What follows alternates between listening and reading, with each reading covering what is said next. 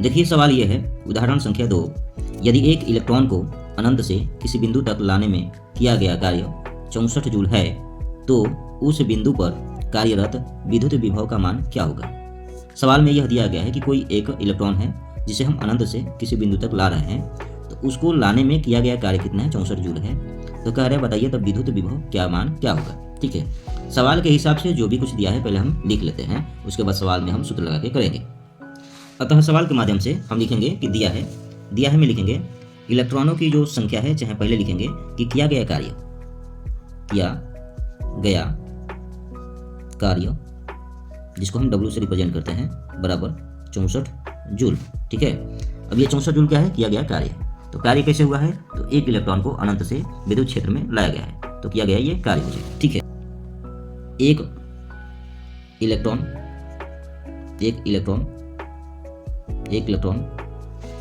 पर आवेश बराबर, ठीक है, आवेश यानी कि इसे बोलेंगे Q, आवेश बराबर होता है, आपको भी पता होगा कि 1.6 इंटू 10⁻⁻19 कूलाम होता है। ठीक है, यह एक इलेक्ट्रॉन जो होता है, एक इलेक्ट्रॉन पर ये आवेश होता है।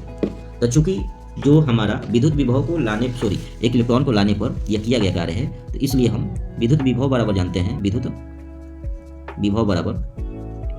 विभव यानी कि V बराबर जानते हैं कि कार्य बराबर कार्य बटा में आवेश होता है, ठीक है, जिसका मान जहाँ दिया गया है रख लेते हैं। विद्युत विभव का मान नहीं दिया गया है तो V बराबर लिख देते हैं।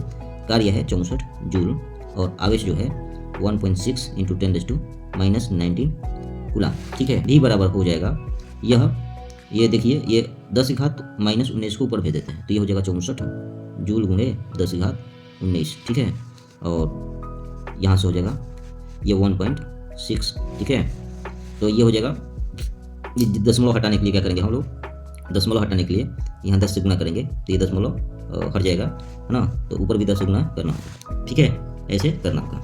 तो ये जब दशमलव हटेगा तो ऊपर बचेगा 64 गुणे 10⁻, और ये 19 और एक ये हो जाएगा 20, और बटम हो जाएगा केवल 16 चौका 64 हो जाएगा। तो V बराबर हो जाएगा, यानी कि V बराबर हो जाएगा आपका 4 गुणे 10⁻20 वोल्ट। तो जो विभव होगा आपका ये हो जाएगा 4 गुणे 10⁻20 हो जाएगा वोल्ट। तो इस प्रकार से सवाल के हम हल करते हैं।